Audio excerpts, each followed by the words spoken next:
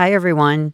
Welcome to the Reinventing Beauty Podcast. Today, we're going to be talking about all things hospitality, how to create cultural experiences for both your team, for salon owners, and your guests, for both the team and the salon owner.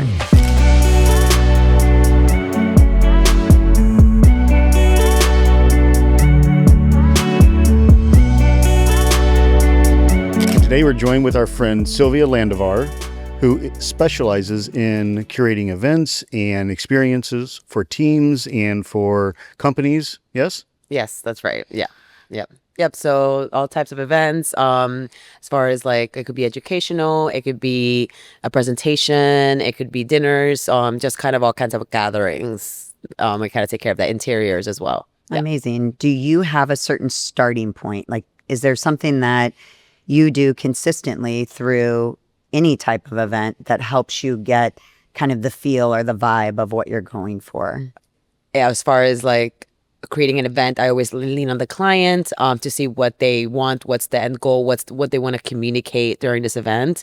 And I always try to find the most unique way to do that communication. So a lot of times I already have normally like a list of ideas that I like. And I'll go back to the vault and kind of reference things. I kind of live every day that every day I can walk by something that I might want to use in the future. Amazing. Yeah. So just being present in everyday life, looking for examples of things that you can do or things that touched you or made, felt very personal or good to you. And then you can utilize that in your future events. That's amazing. Yeah. So living every day, going to a new restaurant, going into like any space really. I like to mix all types of industries. I always think that viewing something from just like the beauty angle, obviously it's relevant and should be viewed from that angle, but I like sometimes taking things from like food, fashion, furniture, what are they doing for events? Yeah, it's amazing how it all kind of crosses paths. It can be many different things or many different industries that you're looking at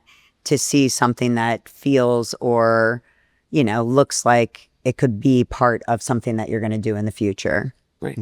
How do you differentiate between like how much do you want to hear or see or feel when you're doing these different events? Like what do you set up for?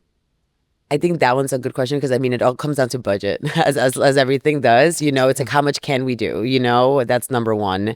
And then I always love to and timing. A lot of times, sometimes I get events that are like you have a month to figure this out. Sometimes you have 3 months. Obviously, the more time, the more mindful the preparation could be. But in my head, I think an event should touch all points, like vision, taste if there's a possibility, smell, sound. So it's full sensory, like, it's a sensory experience for the guest or the person that's attending. Amazing.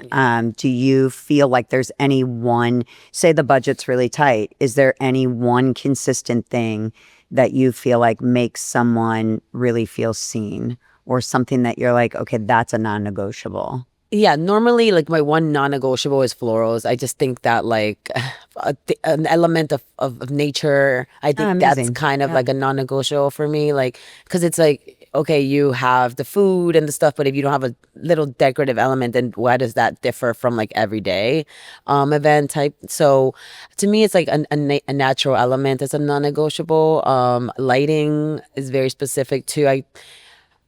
I sometimes prefer having good lighting and maybe like a natural thing, and then like everything else can kind of take less priority, because if you go in and the lighting is wrong, like I can't hang out somewhere that the lighting is too bad. I think that's really, and that translates into the salon for sure. Right. Obviously our lighting is something we focus on. It's a very different type of lighting that we're going to have. But when we create an event for our team, so we do a 2-day culture building event every year. When we're doing an event for them, we downplay the lighting in a much different way. Right. If there's only bright lights in there, we won't even turn them on. We just will candle light the whole space so that it feels different for them.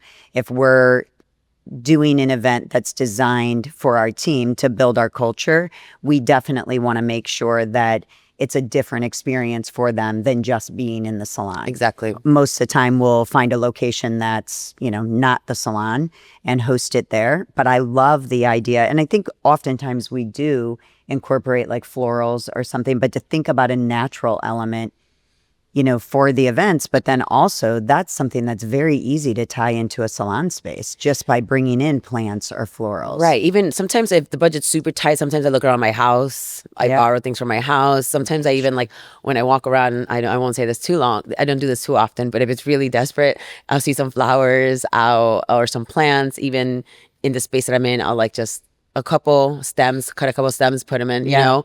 You got to be a little scrappy. Even like a lot of times if the budget's tight and you know you have the goal of like having an experience, like maybe like a loungy experience of everyone coming in, you want to, like you said, the lighting, you know, you don't want to, if you're going to have an event in your salon, you don't want to keep the same lighting as always, because you kind of want to transform the space to something new. And it's a cheap way to transform the space with lighting. Like obviously it could get expensive if you bring in different types of monitors and stuff. But if you do table lights and you turn off all of the overheads, if you don't have like, you know, dimmers or and things like adjustability, that, which I always think a place should have. But if they don't, table lighting always helps. But it just, I swear that it just like changes the mood. Like if I am in a restaurant where the lighting is not right, I could be tired. I want to leave. Like I want to make a space where someone wants to hang out in. That's so interesting. That really translates into the shampoo area as well. Yeah. Mm-hmm. You know, and the differences of what we need there, but also what we're trying to create there. We've been talking about lighting for months. Yeah. No, it's huge. And it is a natural element, even though it's, you know, it's something that you have, it's electricity and stuff. It's still lighting affects humans every day. That's why when we knew we had to get up in the morning and go to sleep at night, you know? So Yeah, absolutely. yeah. So, okay, definitely lighting, definitely bringing in a natural element just to bring like neutrality or okay, I want to set that over. Freshen up the space, to bring neutrality, to freshen up the space. What I will say is I do think like I don't there's a lot of elements in interior design which I don't know all of them, but once there's some things that have stuck from like all the things I've heard through my short life. But what I'm gonna say is people say there's feng shui. I'm sure you guys have heard of it. Yeah, for sure. And I don't know all the rules, but all I know is that they say that when you use like like artificial plants, it kind of dulls the energy in the space. Interesting. Yeah. Yeah, that's so interesting. And they just tend to, in a salon world, they just tend to get so like Dusty and gross. Yeah. So bringing in fresh plants, fresh flowers. Flowers are something we haven't done for a while now in our space because we don't have the room. But I think for when you walk into, whether it's a restaurant or a salon or any type of business and they have the front kind of welcome area, when there are fresh flowers there, I think that makes a really big difference. And it gives a moment for people to take a picture. I think, you know, one thing I always see is like all the people I follow and stuff, there's just always all the things that get pictured, like photographed in the events are normally like the florals because they're very specific to that. And I always like to work with, not that I do the flowers every time, sometimes I commission them for someone else, which I prefer that because there are people that are specialized in that. Right. But sometimes I like using interesting ones, the ones that you don't really see normally, you know, and yeah, so looking for that point of difference, something that really would draw someone in and make it feel very specific to that event or something that feels good or different for them. So you've done these events for salons and teams all over. Do you think it's more beneficial for a salon owner or salon owners or managers to have it in the salon? Or do you feel like the impact of these events are better for them when they can actually leave and go to a more curated space? I feel like, again, it's like the budget speaking. Yeah. I think that I feel like it's always great to get people out of the space you work in and kind of like, you know, let's have fun somewhere else. But always like, I think if there's tight budget, you know, I think there's great ways to be able to transform a place. That's what I was just going to say. So being more importantly than anything, the thing you would be looking for is a way to transform the space so it actually has a different feel to it. And something that makes that person feel seen in a different way. Yeah, it's just like you want someone to come in and not think, sometimes because when in my particular place, where we work sometimes, we have one space and normally a lot of people are like, oh, we don't it's like going back to work, just going back to but having a drink at work. But no, but that's why playing with different elements can make it feel different. Taking out those things, those tools of work, like trying to clear as many things out of view, kind of just lessens the reminder of work. Declutter everything. Declutter everything. Clear. When I've done salon things, I'm always like, can we clear everything as much as possible? I know it's hard sometimes with the chairs, a lot of times, with clients and things and timing, but the more time you have to do it, the more you can clear out, the more you can fix, like incorporate these different elements, the more fresh it will be. Yeah, so it doesn't have to be expensive necessarily. Because I think in the salon world, that's something we hear all the time. Budget is hard. Yeah. One, if you're going to do a 2-day event, likely you're going to have to close your business for some portion of time. Right. So you already have the loss of revenue there. But you also want this experience to really be something that helps your team grow and evolve and makes the mood and energy that much better. So in some ways, I think it is kind of a very special or great thing when it can actually happen in the space that they go to work in every single day, and it shows them or gives them the opportunity to enjoy that space in a different way. That's true. Yeah, exactly. And I think like when you're trying to do something for your internal team, I think there's more in that space, there's more liberty to do more because it's kind of your family versus when you're trying to like bring in a client or someone you're trying to impress. Yeah, somebody that's new to your space or maybe doesn't know so much about you. Obviously, we want to impress our team as well, but you can have more interactive activities that don't cost. I'm as far as interactive activities, I'm always about like heart to hearts and getting into activities that you guys can connect, things like that. Do you have any off the top of your head that you feel like are really good? Because I think that's a great thing to be able to share with owners and managers, just ways to help their team connect that aren't costly. And maybe can be things that are happening not even during an event, just in everyday life. Normally, like my first go-to when you ask me that question, there's like a lot of these like question cards that people have now. I normally used to do this like a New York Times like questionnaire, like 36 questions to help you fall in love or something. You don't fall in love, really. I've done it with many people. We like each other as best, and I'm kidding. But it's not a full-on romance, but it's like it's a fling. But no, it's cool because you get to know them at a deeper level, and also like I love an area where you guys can do arts and craft, things that make you I love doing like childlike activities as well. Fun.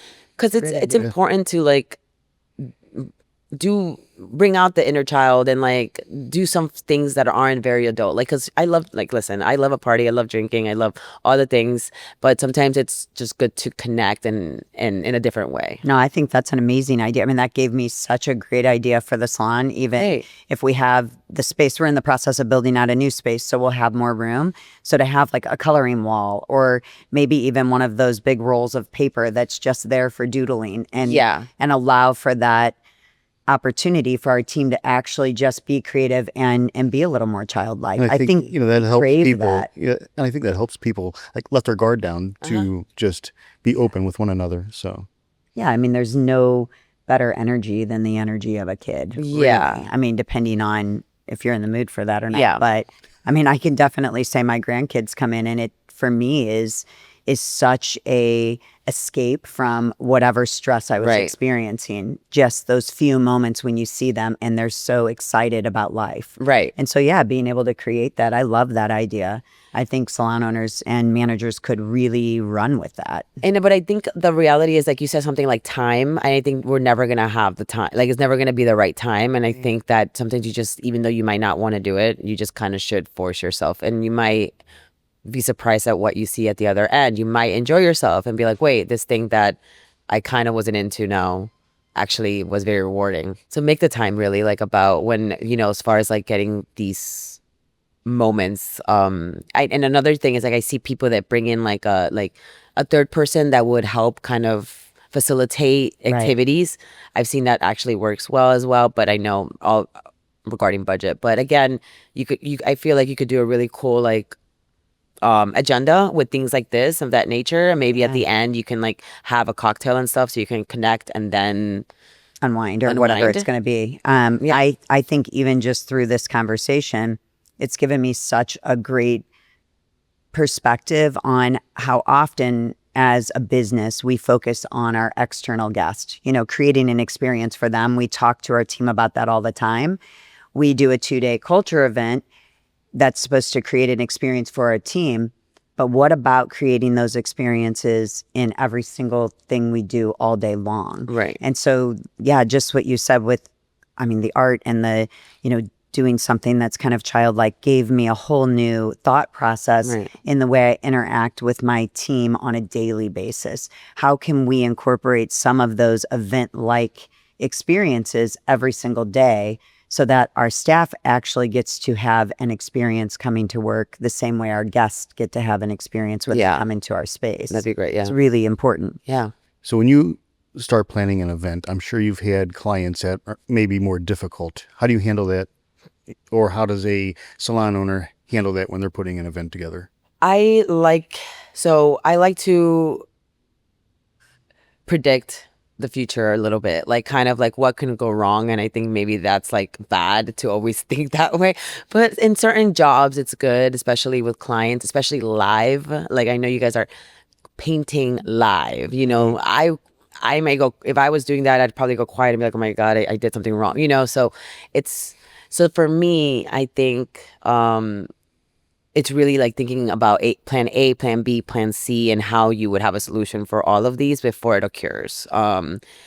So really having a system in place for what could go wrong and what resolution you're going to have when that actually happens. And if I've talked to the client and if I've worked with the client before, even once or twice, and I've noticed like, okay, they don't like that, or I could predict why they might complain about. I like thinking about that too. Like if my client, Absolutely. So I'm like, I know they don't like, let me think, mixing different types of elements of wood and metal or whatever, or something like that. Okay. I'll be like, okay, I have to keep it consistent with this one person. This person likes to be like a monochromatic kind of vibe. So that's exactly what we do in the salon. It's exactly what somebody would encounter behind the chairs. So for a stylist, being able to, we say that all the time. The hardest you're going to work is the first time you're with somebody. Right. Because you don't know them yet. So as you're getting to know them, it becomes easier each appointment. Right. Sometimes you get to know that they're not an easy person. Right. And so you do dread that. But, for the most part, down the road, there are ways to manage that. If you have such a full book, you don't always have to keep that not easy person. If you decide, hey, they take more energy than I'm really willing to give. Yeah. But as you're getting to know them, those things are so key and so important. Just to have a system or to have a plan in place will save you so much, regret or problem if you have that, situated. For sure. And I think also the response of that, if the problem does arise and plan A, plan B, and plan C are shot, it's like kind of like how you're going to handle that after. And handling negative feedback or handling feedback that is unsavory a bit. Like, how do you respond to that? It was a very hard challenge for me for a while. Yeah. Like, I would be like, I need like 30 minutes to go over there and cry or something, and now...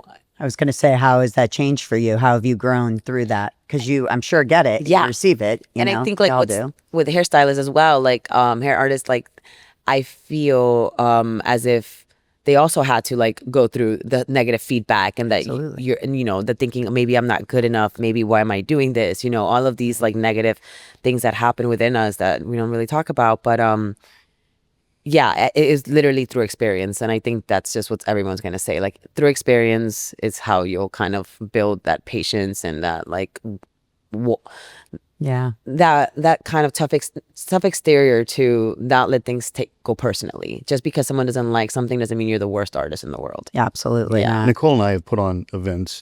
You've put on many events. We've had things go wrong. Have you had something go really south on you? Yeah. So...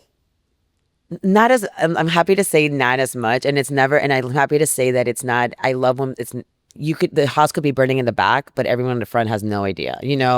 That's the best because that means that everyone's enjoying it, and you're kind of going through hell. But if no one has to know. I think so much of that comes down to the team that surrounds you as well. And just knowing that you've got your team in place. Ready. And in that moment, you guys are just going to you're going to do what needs to be done. Right. So. The one particular event that I'm thinking about it was really like, you can plan everything. You can plan A, B, C, D, E, F, G, but Z will come, and it could be just based on the planets and the stars sometimes the issue, and I blame the planets and the stars in this particular issue, because basically the catering that I had planned for this particular event came 2 hours late and cold, and it came when we were supposed to be eating. Like, it arrived at the agenda, it said dinner 8 p.m. It came at 8 p.m. cold, so I couldn't even serve it. So what'd you do? That one was so hard. I really shut down for that one. I kind of was like, I wanted the earth to swallow me. I was like, I need to get out of here. What did I do? Luckily, I had some good people on the team that said, you know what? I'll take care of this. And they took care of it on the side. And I realized at the end of the day, it's not do or die. Right. And people ate. It wasn't perfect.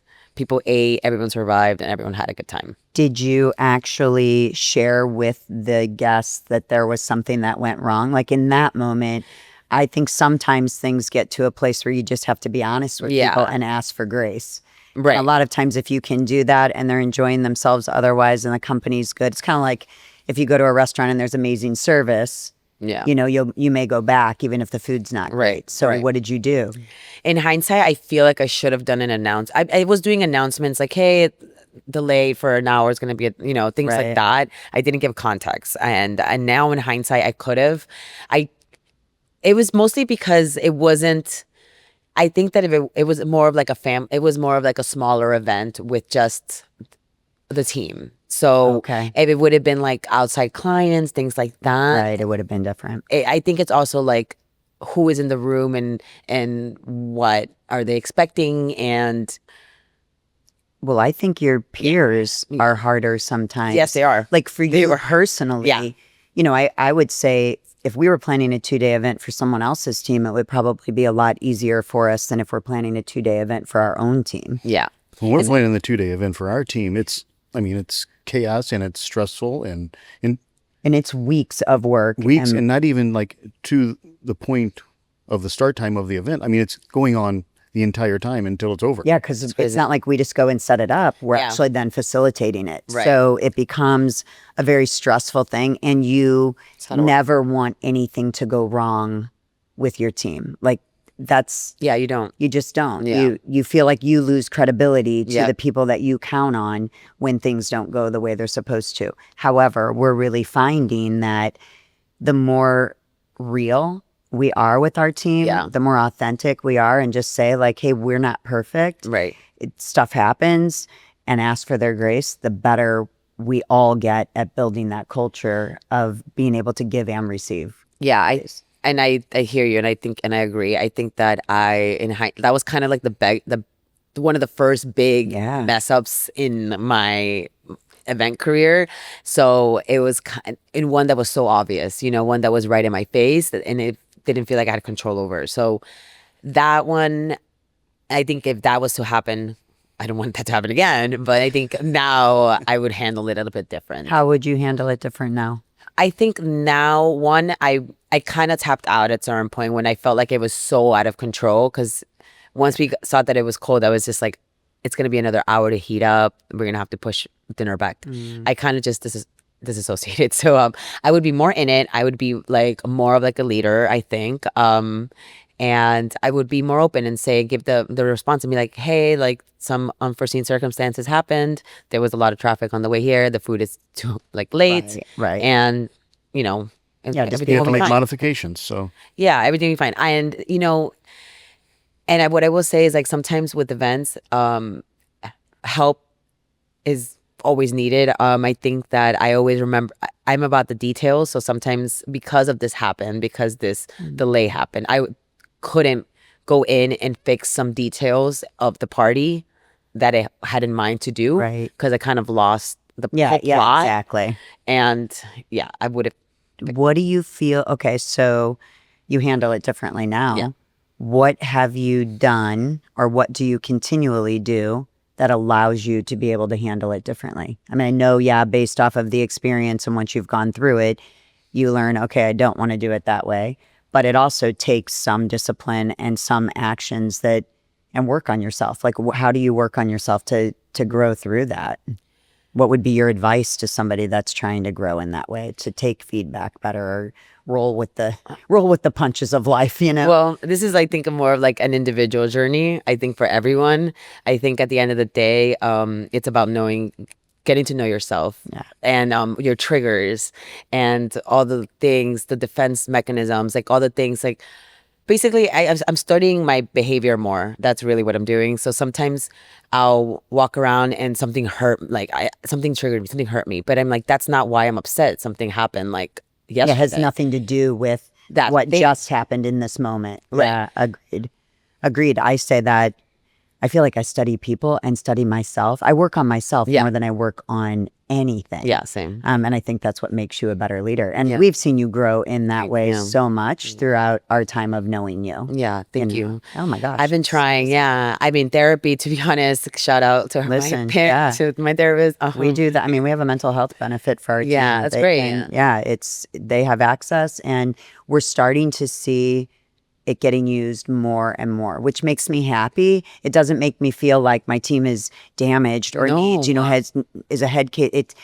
I think the more we realize that as humans, having somebody to help us navigate through life experiences can only get us where we want to be quicker and help us evolve into the person we're meant to be quicker. Right. Because it's somebody that has a non-emotional opinion. Unbiased. Yeah, exactly. Yeah.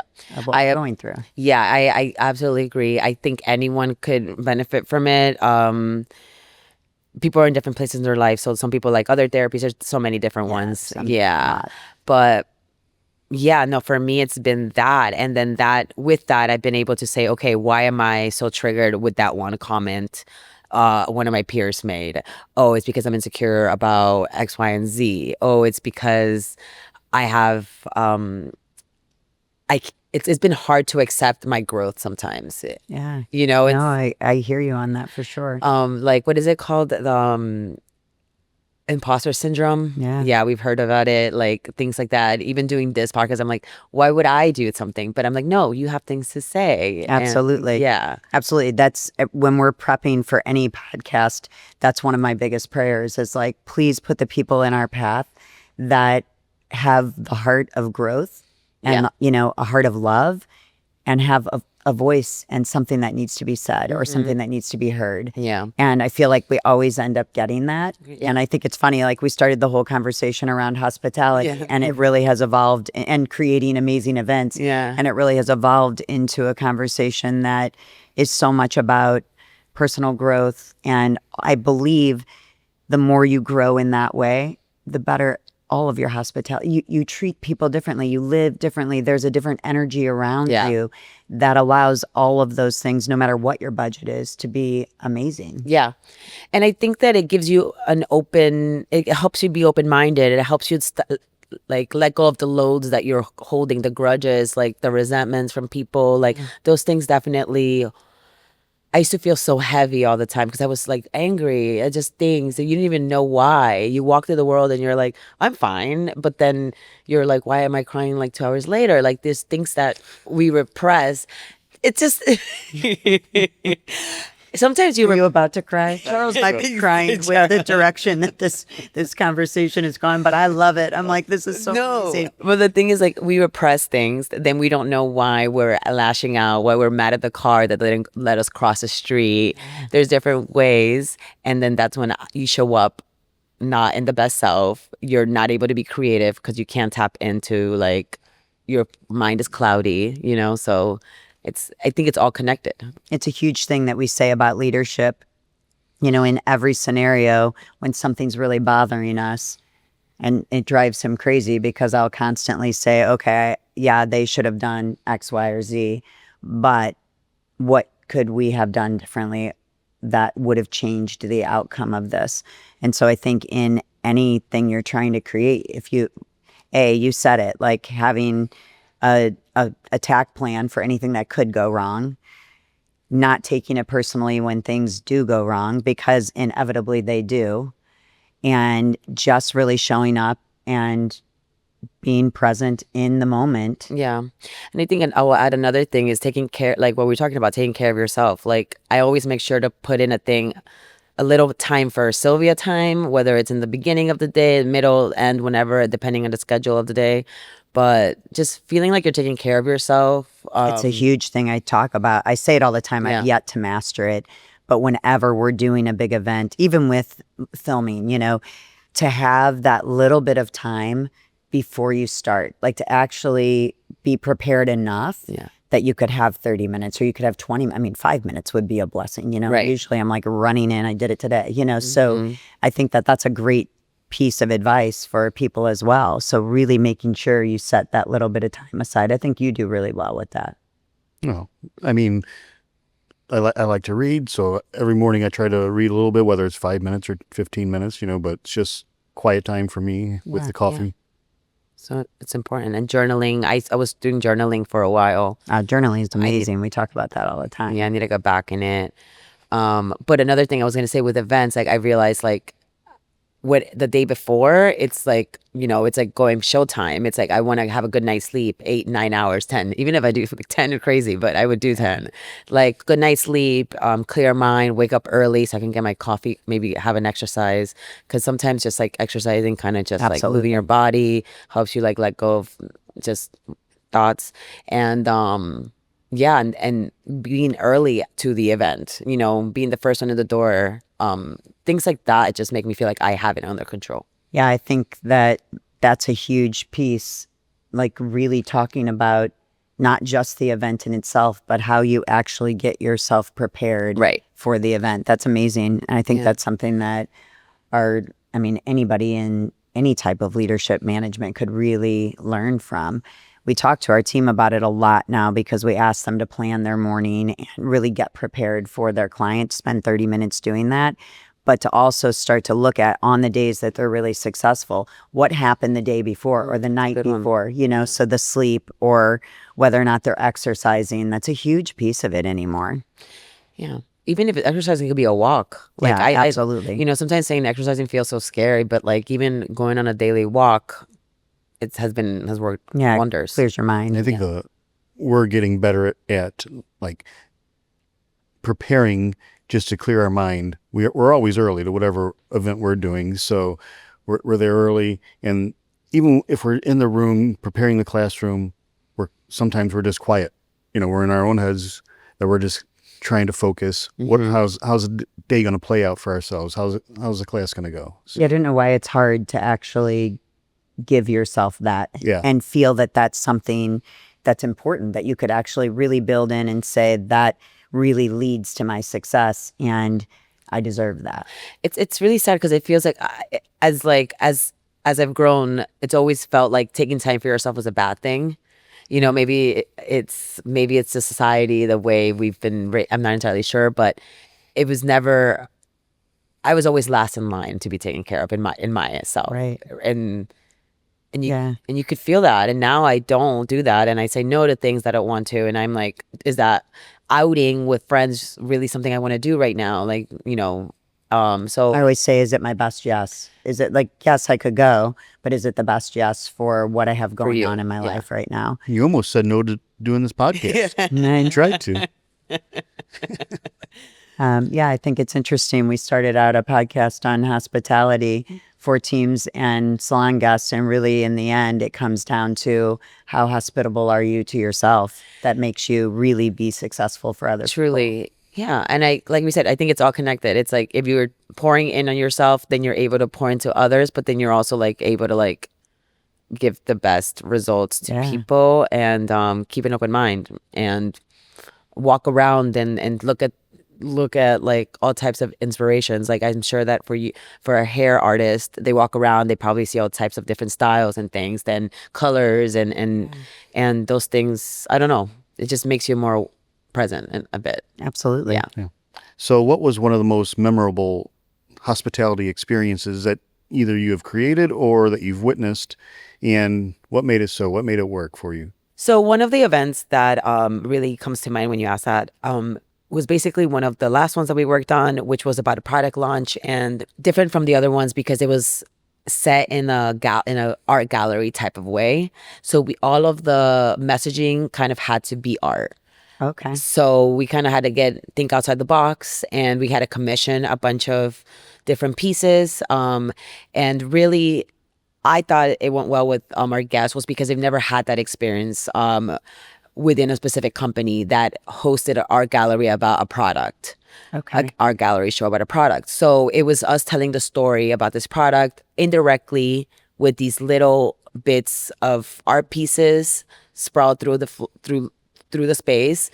And people were taking so many pictures. I think it was very beautiful to look at, to photograph, and it was definitely a unique one for us, and I think for the guests as well. So the overall goal was to highlight or showcase a product, but you did that very indirectly by allowing the guests to experience something that didn't have really anything to do with the product, right, but it told a story, and then the product was kind of intertwined with it. I love that. Yeah, so we've definitely done museum tables and deconstructed the product and said this is every bit and piece and ingredient of it, and I love that as well, but this one was more about the essence of it versus the actual use and result of it. Yeah. And I liked it because it wasn't forcing people to buy anything, onto anything, to believe anything, but it was giving people a space to walk around, take pictures, and hang out and be surrounded by these elements. And people stayed there for they didn't really want to leave. So I was like, at some point, we got to close the door. We got to close the door. That's a good one. Yeah. So I liked it because it was having to reimagine how to communicate things in a unique way. Like it was, making embroidery, having a painter paint something, things like that was really cool. Yeah. Really cool. And also it made me realize that now, even for salons and things like that, if you're creating marketing materials or things like that, like posters are great and all, but it made me realize that you can use different mediums to do a message, whether you want to have someone paint on a canvas, whether you want to have someone embroider, whether you want to have an art, like there's different ways. I really like that.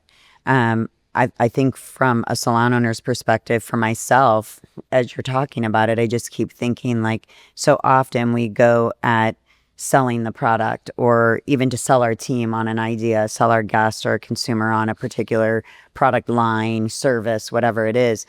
But this is really just about inviting them into your home and allowing them to have an experience with you that's unique.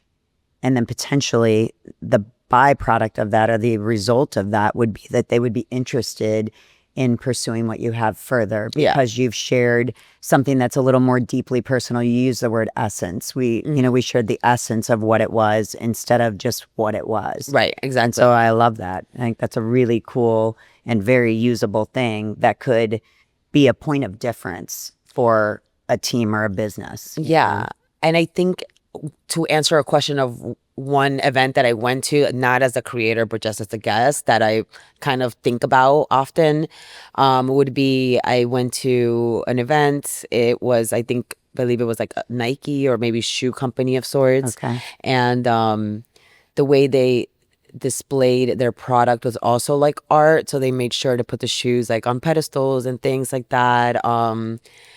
But the way they had like different nooks and different areas of hangout, and they also had local artists DJing, and it was very like community based, and I liked having different artists from the area kind of highlighted. So with ours, we were able to do some embroidery artists, we were able to do like a painter, but I would love to do like a local a local DJ set for different people, like, and it opens it up to the community. So it's not just now your client. Now it's like other people that also want to be part of this. Right. So. Right. So it's creating a space that everyone. Yeah.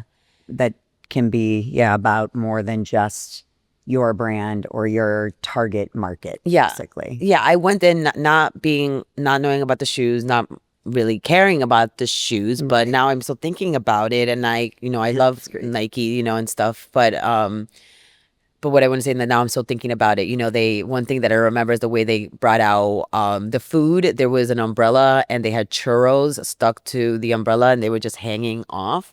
So people will walk around, and you'd take it from this umbrella. I don't know. I just loved the ridiculousness of how it was presented. So was somebody holding that over their head? Instead of being someone that walks around with like a with a platter, they had an umbrella, and the umbrella held onto the food. So it's just about thinking outside the box and being like, okay, everyone does this thing like this, like they do 1 + 1 = 2, but why don't we change it up and see it differently? Do it our own way. Yeah. I love that. Yeah, that was cool, that event. So how we end every podcast, we ask the same question. How do you leave this industry better than how you found it? I think it's by being human and seeing your coworkers and having human conversations and connections and speak your truth and stand your ground and believe in yourself.